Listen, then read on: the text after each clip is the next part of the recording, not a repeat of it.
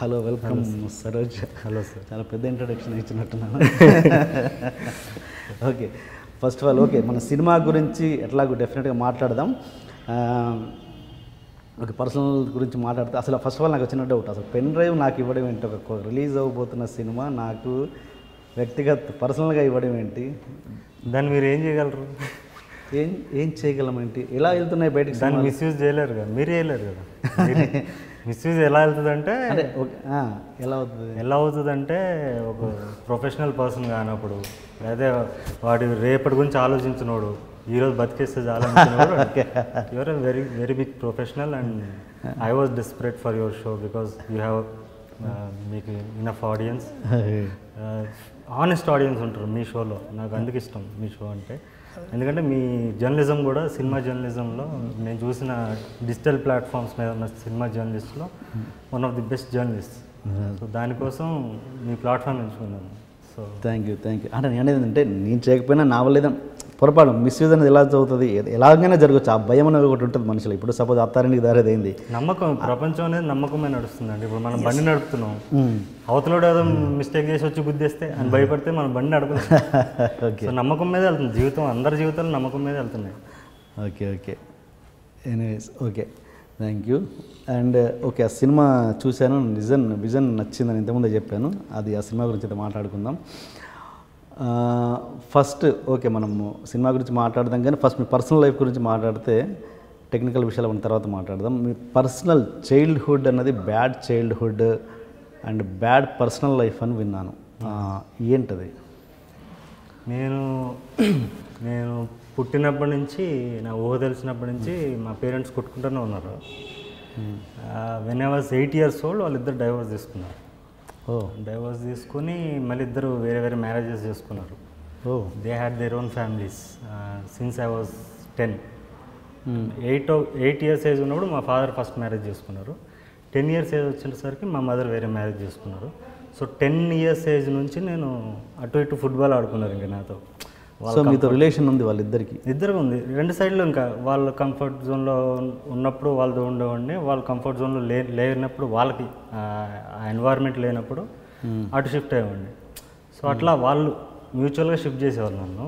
Okay, నేను 10th standard వరకు నేను 11 schools మారాను. సో నాకు ఫ్రెండ్స్ ఉండేవాళ్ళు కాదు, నాకు ఒక సెక్యూర్డ్ లైఫ్ ఉండేది కాదు, రేపు ఏంటన్నది తెలిసేది కాదు. సో ఆ కండిషన్స్ అన్నీ బ్యాడ్ అనేకున్నా నా ఛాలెంజింగ్ కండిషన్స్ అంటాను. వాటి వల్ల నేను స్ట్రాంగ్ అవుతూ వచ్చాను. ఓకే. సో చిన్నప్పటి నుంచి నేను తొందరగా పెద్దోడు అయిపోవాలనుకునేవాడిని. పెద్దోడు అయిపోయి నాకు నచ్చిన జీవితం నేను బతకాలనుకునేవాడిని. సో తర్వాత పెద్దోడు అయ్యాక నా నచ్చినట్టు బతుకు. ఇలా ఎవరు చూసుకునేవాళ్ళు అంటే? ఓకే, తను అంటే ఎక్కడ ఉండేవాళ్ళు మీరు ఉండడం, స్టేయింగ్? ఒకసారి ఫాదర్ వాళ్ళ ఇళ్ళల్లో ఉండేవాళ్ళు. ఒకసారి ఫాదర్ ఫ్యామిలీతో ఉండేవాడిని, నెక్స్ట్ ఇయర్ మళ్ళీ మదర్ ఫ్యామిలీతో ఉండేవాడిని. మధ్యలో మా ఫాదర్ సైడ్, మా ఫాదర్ది ఈస్ట్ గోదావరిలో ఒక విలేజ్. అక్కడ మా తాతయ్య, మా నాన్నమ్మ, మా బాబాయ్, మా ఫాదర్ తమ్ముడు, మా బాబాయ్కి పిల్లలు లేరు. సో ఒక 3 years అక్కడ వాళ్ళతో పాటు ఉన్నాను కంటిన్యూస్గా. అప్పటి వరకు ఎండాకాలం లేకపోతే మన దసరా సెలవులు వచ్చినప్పుడు, సంక్రాంతి సెలవులు వచ్చినప్పుడు వెళ్ళి కలిసేవాడిని. సో నాకు అక్కడ ఎన్వైర్న్మెంట్ నచ్చేది. అక్కడ కొంచెం కాన్ఫిడెంట్గా ఉండేవాడిని, అక్కడ సెక్యూర్డ్గా ఫీల్ అయ్యేవాడిని. అలా నా చైల్డ్హుడ్ అలా జరిగింది. 3 years మాత్రం వాళ్ళతో ఉన్నప్పుడు the best days in my childhood అని చెప్పగలను. తర్వాత ఇంక మీకు రిలేషన్స్ మీ అమ్మ తరపు నుంచి నాతో తర్వాత ఇంకెవరు లేరు? అదే టీనేజ్, కాలేజ్ అయిపోగానే నేను బయటకు వచ్చేసాను. ఎలా ఉండేది వాళ్ళ ఇళ్ళల్లో ఉన్నప్పుడు? సపోజ్ మదర్ దగ్గరికి వెళ్ళినప్పుడు వాళ్ళకి పిల్లల, మదర్కి కానీ ఫాదర్కి లేరు. ఫాదర్కి ఆల్రెడీ మ్యారేజ్ అయ్యి ఒక నా ఏజ్ సన్ ఉన్నామని చేసుకున్నాడు. ఓకే. మదర్కి ఒక సన్ ఉన్నాడు నా తర్వాత. నాకు యాక్చువల్ ఏంటంటే మా ఫాదర్కి 8 years, నా 8 years ఏజ్ ఉన్నప్పుడు ఆయన మ్యారేజ్ చేసుకున్నారు. 9 years తర్వాత నాకు మొత్తం మదరే. మా మదర్తో నేను సెక్యూర్గా ఉండేవాడిని. ఓకే, నా మదర్ ఉంది, ఓకే అనుకునేవాడిని. సినిమాలు చూసేవాడిని చిన్నప్పటి నుంచి. సినిమాల్లో సాడ్ స్టోరీ చూసి ఇది మన జరగదులే అనుకునేవాడిని. ఎప్పుడు మన జరుగుతూనే ఉండేది. సరే, మదర్తో ఉన్నాక ఓకే, నాకు మదర్ ఉంటే చాలు లైఫ్ లాంగ్, ఫాదర్ అవసరం లేదు. ఓకే, ఫాదర్ దూరంగా ఉన్నా పర్లేదు అనుకున్నాను. సడన్గా నన్ను ఒక 9 years ఏజ్ ఉన్నప్పుడు థర్డ్ స్టాండర్డ్ అయిపోయింది, 4th standard అయిపోయింది. సడన్గా నన్ను, నువ్వు అసలు మాట వినట్లేదు, నువ్వు చెట్లలోకి వాటిలో పక్షులు తెచ్చేవాడిని ఇంటికి, చిన్నప్పుడు పక్షి పిల్లల్ని తెచ్చి పెంచుకుందాం అనుకునేవాడిని. వాటికి ఏదో బోర్న్విటా వేస్తే చచ్చిపోయేవాడి. సో అట్లా ఏదో వెతుక్కునే ఉన్నాను. అయితే మా మదర్ వీటి సరిగ్గా చదవట్లేదని చెప్పి నన్ను కొండపల్లిలో మాకు తెలిసిన వాళ్ళ హాస్టల్ ఉంటే హాస్టల్లో పెట్టింది 1 year. అప్పటి వరకు నా చదువు అబ్బేది కాదు. అసలు నేను క్లాస్లోనే లాస్ట్ బెంచ్ స్టూడెంట్ని, చదువులో కూడా వీక్. నాకేం తెలియదు, నాకు తెలుగు తప్ప ఏం వచ్చేది కాదు. సోషల్లో 0, మ్యాథ్స్లో 0, ఏదో అర్థమయ్యేది కాదు, కాన్సన్ట్రేట్ చేయలేకపోయాను. అప్పుడు నేను ఛాలెంజ్గా తీసుకున్నాను, నా మదర్కి నిజంగా నేను నచ్చలేదేమో, తను ఇంప్రెస్ చేయాలని చెప్పి ఆ హాస్టల్లోనే అప్పటి వరకు కొండపల్లిలో నాగార్జున విద్యానికేతన్ అని ఒక స్కూలు. ఆ హాస్టల్ హిస్టరీలోనే ఫస్ట్ ర్యాంకర్ ఎవరు లేరు నేను వచ్చే వరకు. కంటిన్యూగా 3 times ఫస్ట్ ర్యాంక్ కొట్టాను.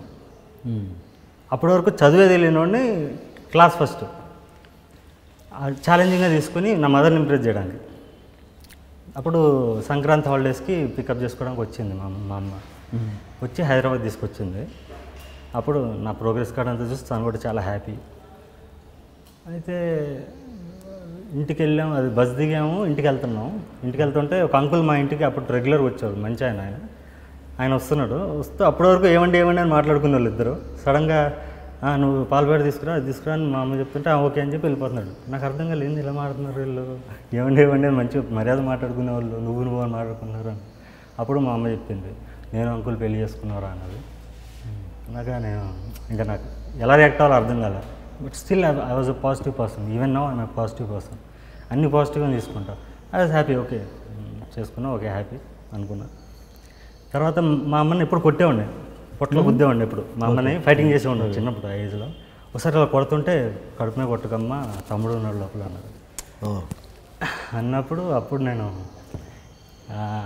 ఫ్రస్ట్రేషన్లోకి వెళ్ళిపోయాను. అంటే like I was total insecure. అప్పుడు ఎంత అన్నారు ఏజ్ మీద? 10 years. ఓకే, 10 years ఏజ్లో. అప్పుడు ఇంట్లోంచి పారిపోయి మా డాడీ ఆఫీస్ దగ్గరికి పోయి, నేను నీతో ఉన్నాను, ఆమెతో ఉన్నాను, తాతయ్య ఊరిలో ఉంటాను, నేను అక్కడ పంపించండి అని చెప్పొచ్చు. అప్పుడు పంపించారు. అక్కడ మా బాబాయ్తో, మా తాతయ్యతో, మా నాయనమ్మతో ఉండేవాడిని. సో మొత్తం తర్వాత అంతా వాళ్ళ దగ్గర పెరిగాను. 3 years పెరిగాను.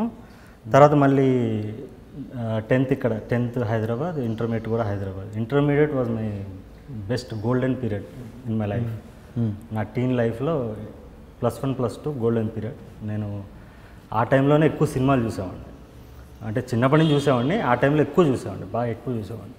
And Pawan Kalyan was my biggest inspiration. ఒక మిడిల్ క్లాస్ యూత్కి అప్పట్లో ఆయన ఇన్స్పిరేషన్. ఆయన సినిమాలు కానీ, తమ్ముడు, తొలి ప్రేమ ఇలాంటి మూవీస్లో మా అందరికీ ఒక కాన్ఫిడెన్స్ ఇచ్చాడు ఇండైరెక్ట్. సో నేను నల్లకుంట నుంచి హిమాయత్ నగర్కి రూట్ పాస్ తీసుకుని బస్సులో ట్రావెల్ చేసేవాడిని. బస్లో రూట్ పాస్ తీసుకుని ట్రావెల్ చేసి ఒక మంచి పాష్ కాలేజ్. మా కాలేజీలో అందరూ అప్పట్లోనే బైక్లు, CBCలు, కార్లో వచ్చేవాళ్ళు స్టూడెంట్స్. నేను బస్సులో వెళ్ళేవాడిని. మిగతా student, middle class, lower middle class students అందరం స్లో మోషన్లో రన్నింగ్ బస్ ఎక్కుతూ కూడా నువ్వు కూడా హీరోరా అని కాన్ఫిడెన్స్ ఇచ్చింది పవన్ కళ్యాణ్ మా జనరేషన్ మొత్తాన్ని. ఓకే. సో అక్కడి నుంచి నాకు సినిమా లైఫ్లో సినిమా ప్యాషన్, సినిమా పిచ్చి ఎక్కువైపోయి, అంటే నా లైఫ్లో జరిగిన అన్ని మర్చిపోవడానికి సినిమాని నేను ఎంచుకునేవాడిని ఒక ప్రత్యామ్నాయంగా. తర్వాత దాంట్లో నేను ఎక్కువ ఇన్వాల్వ్ అయ్యి అదే ఒక లైఫ్ అయిపోయింది. ఓకే. సో ఇప్పుడు